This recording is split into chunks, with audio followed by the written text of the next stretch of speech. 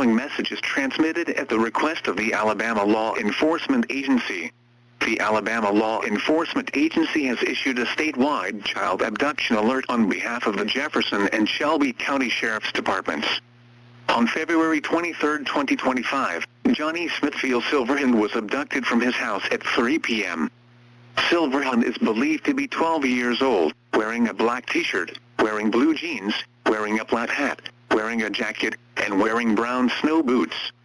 The abductor is believed to be 42-year-old Mike Silverhand, wearing a denim tank top, blue jeans, and wearing black boots.